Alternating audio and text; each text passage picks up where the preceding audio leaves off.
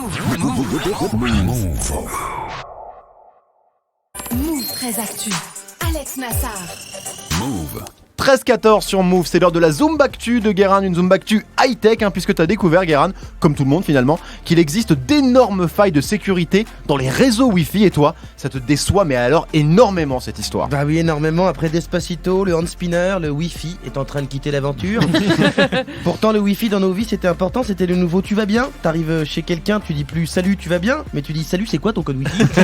C'était ça, et voilà, tout part en couille. Le Wi-Fi, hyper facile à pirater, on peut se faire chourer toutes nos données, c'est pas moi qui les ai trouvées, c'est des chercheurs en sécurité informatique, et ça nous énerve, un peu chelou d'ailleurs, parce que concrètement, de données, on les donne à n'importe qui, Apple, Samsung, Google, Facebook, on leur dit tout, ils savent tout, où on est, à quelle heure on mange, à quelle heure on se branle et combien de temps, mais dès qu'on nous dit qu'on peut nous chourer nos données, là on trouve ça scandaleux. C'est comme ça. On est comme ça, nous les humains, on a de l'espoir comme des cons, et après on est déçus, et pas seulement par le Wi-Fi 2017, tout est décevant. Le top 5 des trucs qui sont rapidement devenus décevants en 2017, c'est tout de suite après un mot de notre partenaire, bien sûr.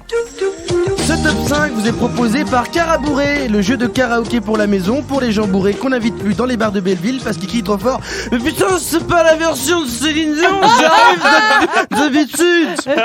Allez, bon sponsor. Allez, on commence par quelqu'un qui t'a beaucoup déçu, Guérin. Ah bah pas que moi, c'est Nicolas Hulot, il a débarqué au gouvernement comme une sorte de Zorro écolo avec sa coupe de vieux hippie ou de mauvais sosie des Beatles, on ne sait pas. Il devait arrêter le nucléaire, le glyphosate et tout nettoyer.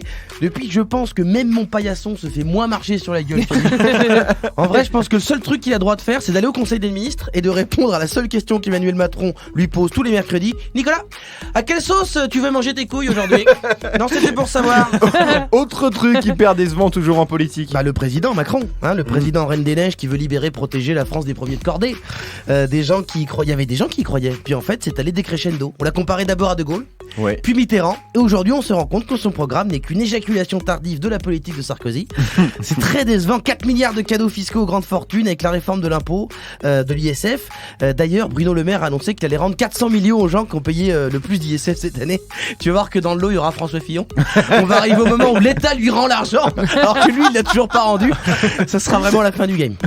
Bon, t'as aussi remarqué un truc décevant dans le domaine de la culture. Les comédies musicales. On était là, on vivait nos vies tranquillement, on vivait nos vies sans adaptation merdique de contes pour enfants massacrés par l'âme, ou les perdants de la nouvelle star, et puis là, bim, qu'est-ce qu'on apprend?